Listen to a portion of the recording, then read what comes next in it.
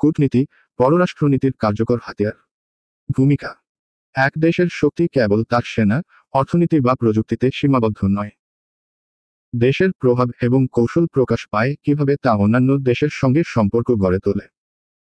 এই সম্পর্কের মূল হাতিয়ার হল কূটনীতি। বাংলাদেশ ও ভারতের সম্পর্ক এটি বোঝার জন্য একটি অনন্য উদাহরণ। ইতিহাস, সীমান্ত, নদী, বাণিজ্য ও নিরাপত্তা সব ক্ষেত্রে কূটনীতি ব্যবহার করে পররাষ্ট্রনীতি বাস্তবায়ন করা হয়েছে। পররাষ্ট্রনীতি হল দেশের লক্ষ্য ও উদ্দেশ্য নির্ধারণের নীতি, আর কূটনীতি হল সেই লক্ষ্য অর্জনের হাতিয়ার। কূটনীতি ছাড়া পররাষ্ট্রনীতি কেবল দার্শনিক রূপেই থাকে, বাস্তবে তা কার্যকর হয় না। ১. কূটনীতি সীমান্ত সমস্যা সমাধানের হাতিয়ার। ২০১৫ সালের ল্যান্ড বাউন্ডারি অ্যাগ্রিমেন্ট (এলবিএ) হল কূটনীতির সফল বাস্তবায়নের উদাহরণ। বহু দশক ধরে সীমান্ত সমস্যার কারণে দুই দেশের মানুষ উদ্বিগ্ন ছিল। সীমান্তের গোপন বা অর্পিত জমি নিয়ে দ্বন্দ্ব ছিল। কূটনীতি ব্যবহার করে নিয়মিত বৈঠক, আলোচনার মাধ্যমে, দর কষাকষি ও সমঝোতার মাধ্যমে উভয় দেশ এই সমস্যার সমাধান করতে সক্ষম হল। পররাষ্ট্রনীতির লক্ষ্য সীমান্ত সমস্যার শান্তিপূর্ণ সমাধান, স্থিতিশীলতা ও শান্তি বজায় রাখা, সীমান্তবর্তী জনগণকে নিরাপদ পরিবেশ দেওয়া। কূটনীতির হাতিয়ার। দ্বিপক্ষীয় বৈঠক, সীমান্ত কমিশনের মাধ্যমে তথ্য ভাগাভাগি, আন্তর্জাতিক স্বীকৃতি ও সমঝোতা। এটি প্রমাণ করে কূটনীতি হল পররাষ্ট্রনীতিকে বাস্তব আকার দেওয়ার একটি কার্যকর হাতিয়ার। ২. নদী ও জলসম্পদ কূটনীতির প্রয়োগ। বাংলাদেশ ও ভারতের সম্পর্ক শুধু সীমান্তই নয়। নদী, বিশেষ করে ফারাক্কা বাঁধ এবং গঙ্গা নদী, দুই দেশের জন্য অত্যন্ত গুরুত্বপূর্ণ। বাংলাদেশ চায় পর্যাপ্ত পানি পাওয়া এবং নদী সংরক্ষণ। ভারত চায় নিজ দেশের জলসম্পদ ব্যবহার করা এবং বাঁধ ও সেচ প্রকল্প পরিচালনা। এই দ্বন্দ্ব মোকাবিলার জন্য কূটনীতি ব্যবহার করা হয়।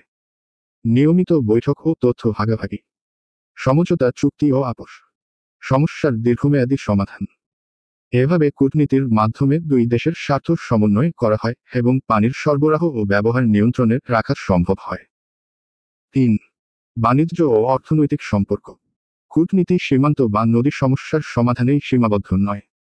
এটি অর্থনৈতিক সহযোগিতা ও বাণিজ্যিক সম্পর্ক উন্নয়নেও গুরুত্বপূর্ণ ভূমিকা রাখে। ভারত বাংলাদেশের বাণিজ্য চুক্তি, সহজীকৃত কাস্টমস প্রক্রিয়া, ব্যবসায়িক ভিসা অল কূটনীতির মাধ্যমে বাস্তবায়িত হয়েছে। বাংলাদেশের রপ্তানি আমদানি এবং ভারতীয় পণ্য বিনিময় কূটনীতির মাধ্যমে সুসংহত হয়। পররাষ্ট্রনীতির লক্ষ্য অর্থনৈতিক অগ্রগতি ও দেশের সমৃদ্ধি। প্রতিবেশী দেশের সঙ্গে বন্ধুত্বপূর্ণ সম্পর্ক, দেশের আঞ্চলিক প্রভাব বৃদ্ধি। কূটনীতির হাতিয়ার। দ্বিপক্ষীয় চুক্তি ও আলোচনার টেবিল, সমঝোতা ও রাজনৈতিক সমর্থন, বাণিজ্য সুবিধা ও প্রণোদনা। ৪. আন্তর্জাতিক মঞ্চে কূটনীতি। বাংলাদেশ ও ভারত কেবল দ্বিপক্ষীয় সম্পর্ক নয়, আন্তর্জাতিক মঞ্চেও কূটনীতি ব্যবহার করে। সার্ক, বিআইএমএসটিইসি, ইউএন এই ফোরামে উভয় দেশ কূটনৈতিক চ্যানেলের মাধ্যমে সমন্বয় সাধন করে। লক্ষ্য আন্তর্জাতিক স্বীকৃতি, সহযোগিতা বৃদ্ধি, দেশটির স্বার্থ রক্ষা। উদাহরণ: জলবায়ু পরিবর্তন মোকাবিলা, সন্ত্রাস প্রতিরোধ, স্বাস্থ্য ও দুর্যোগ ব্যবস্থাপনা, যেমন করোনার সময় সহযোগিতা। কূটনীতি না থাকলে আন্তর্জাতিক ফোরামে দেশের স্বার্থ রক্ষা করা কঠিন হতো। ৫. সীমান্তে কূটনীতির কার্যকারিতা। সীমান্তে সংঘাত এড়াতে কূটনীতি অপরিহার্য। বাংলাদেশ ভারতের সীমান্তে চরম পরিস্থিতি দেখা দিলে উভয় দেশের কূটনৈতিক বৈঠক পরিস্থিতি শান্ত করতে সাহায্য করে। উদাহরণ: ২০১৬ সালে সীমান্তে সংঘর্ষ হলেও কূটনীতি ব্যবহারের মাধ্যমে পরিস্থিতি দ্রুত শান্ত করা সম্ভব হয়। কূটনীতি দেশের পররাষ্ট্রনীতিকে বাস্তবায়নের এক শক্তিশালী হাতিয়ার হিসেবে কাজ করে। ৬. সামাজিক ও সাংস্কৃতিক সম্পর্কের মাধ্যমে কূটনীতি। কূটনীতি শুধু রাজনৈতিক ও অর্থনৈতিক নয়, সামাজিক ও সাংস্কৃতিক সম্পর্ক বৃদ্ধিতেও ব্যবহৃত হয়।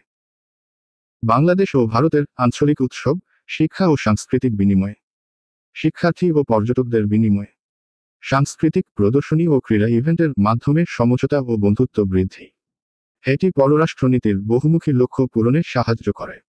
উপসংহার: বাংলাদেশ ভারতের সম্পর্ক দেখায় পররাষ্ট্রনীতি কেবল একটি দার্শনিক নীতি নয়, এটি বাস্তবায়নের জন্য কূটনীতি অপরিহার্য হাতিয়ার।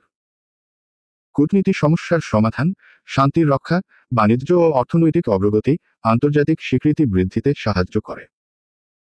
সীমান্ত থেকে নদী, বাণিজ্য থেকে আন্তর্জাতিক ফোরাম, প্রতিটি ক্ষেত্রে কূটনীতি হল পররাষ্ট্রনীতির কার্যকর হাতিয়ার। এক কথায়, কূটনীতি হল পররাষ্ট্রনীতির হাতিয়ার, এবং এই হাতিয়ার ছাড়া দেশের লক্ষ্য পূরণ অসম্ভব।